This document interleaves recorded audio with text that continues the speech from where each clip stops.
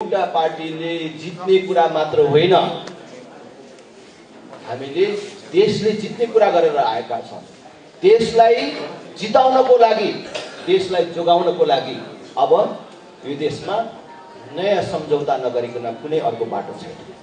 त्यसैले हामीले यो 23-24 गतेको घटना लगत्तै आफ्नो धारणा सार्वजनिक गरेका छौं। अब देशलाई दीर्घकालीन द्वन्द्वमा जान रोक्न, देशलाई गृहयुद्धमा जानबाट रोक्न अब सबै शक्तिको बीचमा नयाँ समझदारी जरुरी छ।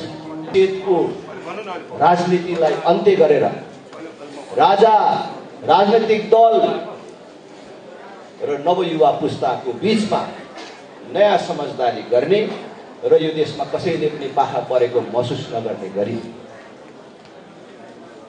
नयाँ सम्झौता गरेर नयाँ बाटोबाट मौलिक व्यवस्था निर्माण गरेर देशलाई अगाडि लानुपर्छ।